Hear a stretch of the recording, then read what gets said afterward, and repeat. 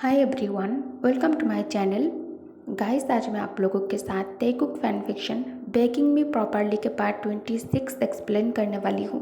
So let's get started. जैसे ही assistant लड़का पीछे मुड़कर देखता है, गोली सीधा उसके राइट आर्म पर लगता है और वो नीचे गिर जाता है। तयंग जो अब तक गोली चला रहा था, जब उसने सामने की तरफ देखा, तयंग के शरीर पूरी तरह से ये दृश्य को देखने के बाद जम जाता है।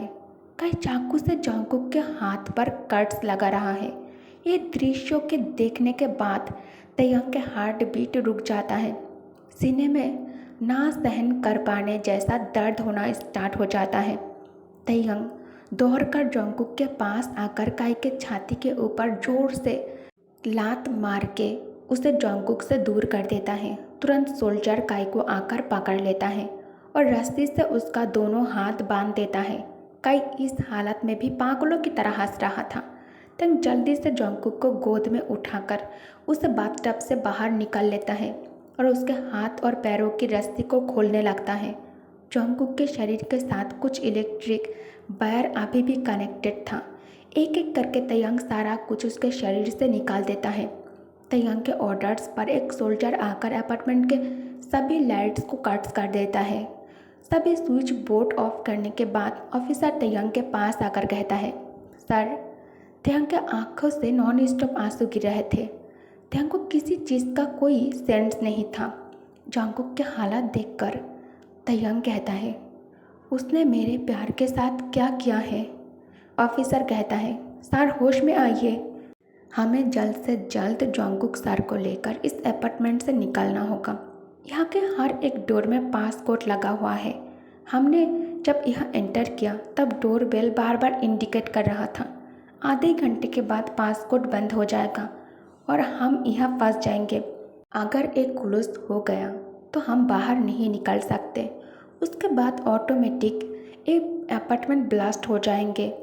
प्लीज़ सर, हमें जल्दी यहाँ से निकलना होगा। ऑफिसर की बातें सुनकर तंग जल्दी से जंगकुक को अपने आर्म्स में कैरी कर लेता है। तयंग जल्दी से कुकी को लेकर अपार्टमेंट से बाहर आ जाता है। अपार्टमेंट के सबसे डर्टी प्लेस था बेसमेंट और काई उसी जगह पर तयंग के जान को बांध के रखा था। ये सोच सोच कर ही तयंग के खून खौलने लगता है। उसने कभी कानून को हाथ में नहीं लिया था, लेकिन आज तयंग का मन कर रहा है सारे नियमों को तोड़कर काई को जान से मार देने का। बहुत मुश्किलों से तयंग और उसकी टीम इस अपार्टमेंट और इसके बेसमेंट को ढूंढ निकाला है और सबसे मुश्किल काम था यहाँ के पासकोड तोड़कर अंदर जाना। ये सिर्फ आधे घंटे तक ही काम करता है। आधे घंटे के बाद डोर पासकोड फिर से लॉक हो जाता है। इससे पहले ही सारे लोग बाहर आ गए थे। बाहर निकलते ही जैसे ही सूरज की रोशनी जंगकुक के आंखों के ऊपर पड़ता है और चेहरे पर पड़ता है, जंगकुक के खूबसूरत चेहरे पर इतने सारे चोट के निशान को देखकर तयंग के दिलों की तो मिलियन टुकड़े हो जाता है। होठों पर, गाल पर, गले में, हर जगह में चोट के ऊपर खून के निशान और जख्म अब भी ताज़ा था और यहाँ से खून निकल रहा था।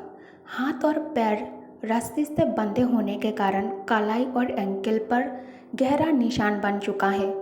कई कलाई काटने की कोशिश कर रहा था। यहाँ से अभी भी खून निकल रहा है। तंग जल्दी से जंगकुक के साथ करके अंदर आकर बैठ जाता है और ड्राइवर से कार जितना तेज़ हो सके ड्राइव करने के लिए कहता है। तंग रास्ते में यूंगी को कॉल करके बता देता है, हाँ मैंने जंगकुक को रेस्क्यू कर लिया है, तुम घर में सबको इन्फॉर्म कर दो और मैं अभी उसे लेकर सियोल हॉस्पिटल जा रहा हूँ। जंगकुक की हालत बहुत ही ज़्यादा ख़राब है। अगर अभी हॉस्पिटल नहीं गया तो उसे बचा नहीं पाऊँगा मैं। यूंगी कॉल कट होते ही कहता है, मॉम, युम्मा, आप पापा, ह्योंग जंगकुक को रेस्क्यू कर लिया है, लेकिन ह्योंग ने बताया जंगकुक की हालत बहुत ही ज़्यादा ख़राब है। ह्योंग उसे अभी हॉस्पिटल लेकर जा रहा है। टाइम पर नहीं पहुंचा तो उसे बचाना मुश्किल हो जाएगा। लिसा जोर से चीखकर बेहोश हो जाती है। बोगम और जिमिन लिसा को पकड़ लेता है। जिन कहता है, हमें अभी हॉस्पिटल के लिए निकलना होगा। पता नहीं मेरा बेटा इस शॉक को कैसे बर्दाश्त कर रहा है। उसे संभालने के लिए वहाँ कोई नहीं है। वो जॉन्गकुक के लिए कितना पागल है ये तो हम सब जानते हैं। आयु जेरिन के साथ जल्दी जल्दी में सियोल वापस जाने के लिए तैयार हो जाती है। सब लोग सियोल के लिए निकल चुका था। रास्ते में लिसा और जिमिन रो रो कर हालत खराब कर लिया था। बोगम अकेला दोनों को संभाल नहीं पा रहा था। यूंगी जिमिन को बार बार समझाने की बहुत कोशिश कर रहा था, लेकिन जिमिन शांत नहीं हो रहा था। दूसरी तरफ सियोल हॉस्पिटल में जॉन्गकुक के बुरे हालात देखकर तेयंग पूरी तरह से पागल हो चुका था।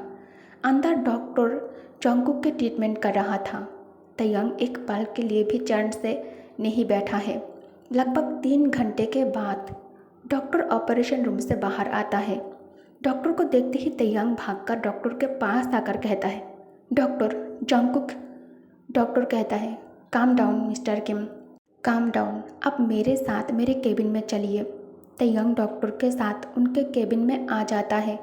डॉक्टर उसे बैठने के लिए कहता है, please sit down mister Kim. Well, मैं आपके मानसिक स्थिति को अच्छे से समझ पा रहा हूँ।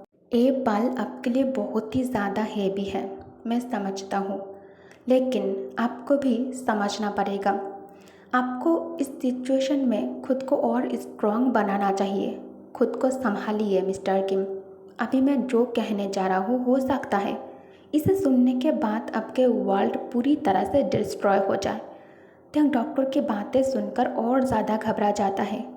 तेयंग कहता है, what happened doctor, please tell me, don't hide. Doctor कहता है, एक्चुअली आपके हस्बैंड अपने फोबिया को नियंत्रण करने के लिए जो भी मेडिसिन ले रहा था या फिर उन्हें दिया जा रहा था, दरअसल ये दवाई उसके अंदर की फोबिया को और भी ज़्यादा बढ़ाने के लिए इस्तेमाल हो रहा था। इस दवाई प्रॉब्लम सॉल्व होने के बजाय प्रॉब्लम को और बढ़ा रहा था। तेयंग कहता है, what do you mean doctor. Doctor कहता है, मतलब साफ है मिस्टर किम, जॉन्गकुक की बीमारी को और बढ़ाने के लिए उसे इस तरह के ड्रग्स दिया जा रहा था। इससे कुछ पल या फिर कुछ दिनों के लिए वो ठीक ठाक रहता है और सब लोग ये सोच रहे थे कि उसका बीमारी अब धीरे धीरे ठीक हो रहा है, जबकि ऐसा नहीं था।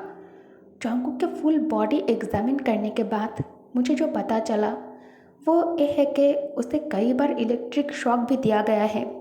इससे जॉन्गकुक के ब्रेन पर बहुत ही बुरी तरह से असर पड़ा है। ब्रेन को बहुत नुकसान पहुंचा है। अगर थोड़ी देर और उसके साथ ये सब कुछ किया जाता तो उसके दिमाग में खून का बहना शुरू हो जाता। इससे हम उसे नहीं बचा पाते। ऑपरेशन सक्सेसफुल रहा है, अब उसका खास ध्यान रखना होगा। ध्यान रहे उसे फिर से पुरानी मेडिसिन खाने मत देना। जहाँ तक मुझे यकीन है, इस भयानक घटना के बाद जॉन्गकुक के फोबिया पहले से भी बढ़ जाएगा। इससे बाहर निकलने के लिए उसे इस एटमॉस्फेयर से कहीं बाहर घुमाने ले जा सकते हैं आप, और उसे हमेशा ये बिलीव कराना होगा कि आप हमेशा उसके साथ ही रहेंगे। किसी भी मेडिसिन आप उस पर काम नहीं करेगा। तेयंग साथ जानकर पूरी तरह से टूट जाता है। तेयंग के तरह स्ट्रॉन्ग पर्सन अपने प्यार को दर्द में देखकर पूरी तरह से टूट चुका था। उसके दिल में दर्द हो रहा था। डॉक्टर कहता है, प्लीज़ मिस्टर किम खुद को संभालिए। आपके हस्बैंड को मेडिसिन दिया गया है, अब वो 12 घंटे तक गहरी नींद में होगा। आप लोग इसे लेकर ज़्यादा परेशान मत होना, लेकिन जब वो उठ जाए तब उसे खाना ज़रूर खिला देना। तेयंग टूटे हुए आवाज़ में कहता है, क्या मैं उससे एक बार मिल सकता हूँ? क्या मैं उसे एक बार देख सकता हूँ? डॉक्टर कहता है, यस ऑफ कोर्स, लेकिन सिर्फ एक लोग ही जा सकते हैं अंदर। तेयंग कहता है, थैंक यू डॉक्टर। तेयंग दौड़ते हुए वार्ड के अंदर एंटर करता है। अंदर आकर तेयंग देखा जॉन्गकुक को, जो हल्के नीले रंग की हॉस्पिटल यूनिफॉर्म में वाइट कलर के बेड पर चैन से लेटा हुआ है और वो बहुत कमज़ोर लग रहा है। तेयंग चलकर जॉन्गकुक के बगल में आकर बैठ जाता है। ते धीरे से बिस्तर से जॉन्गकुक के नाजुक छोटी सी हाथ उठाकर अपने लार्ज हैंड के बीच में सॉफ्टली होल्ड कर लेता है और झुककर उस पर किस करता है। आई एम सॉरी बेबी, मैं तुम्हें प्रोटेक्ट नहीं कर पाया। बहुत तकलीफ़ हो रहा है ना तुम्हें? हाँ, डोंट वरी, मैं तुम्हारे सारे दर्द को बहुत जल्द ख़त्म कर दूंगा जान। बस थोड़ा हिम्मत रखो, वेट करो। जिसके वजह से तुम इतने तकलीफ़ में हो मैं उस इंसान को नहीं छोड़ूंगा। तयंग पीठ से पागलों की तरह रो रहा था। आंखें फूलकर लाल हो गया है और चेहरा भी। नामजुन के डेथ के बाद तयंग को कभी किसी ने रोते हुए नहीं देखा था। सब उसे पत्थर दिल समझते थे, लेकिन अब वही तयंग इस तरह से बच्चों की तरह रो रहा है अपने हस्बैंड को दर्द में देखकर। और यही सच्ची मोहब्बत है जो किसी भी स्ट्रांग और स्टोन हार्ट पर्सन को पिघलाने की क्षमता रखता है। कुछ देर ऐसे ही तयंग हाथ पकड़कर जंगकुक के पास बैठा रहता है। उसके बाद तयंग झुककर जंगकुक के फोरहेड पर और उसके बाद जख्मी लाभों पर चूमने के बाद कमरे से बाहर आकर देखता है। तयंग के फैमिली मेंबर प्लस जंगकुक के परिवार हॉस्पिटल में पहुंच चुका है। तयंग परिवार के सामने टूट नहीं सकता था। तयंग स्ट्रांग वॉइस में लिसा और बोगम से कहता है, योम्मा, अब चिंता की कोई बात नहीं है। जंगकुक अब खतरे से बाहर है और डॉक्टर उसे नींद की मेडिसिन दिया है। 12 घंटे तक वो सोता रहेगा। आप लोग प्लीज़ मेंशन जाकर आराम कर ले। ओके गाइस, तो इस पार्ट को मैं यहीं एंड करती हूँ। Thanks for watching. Good night, take care, bye bye.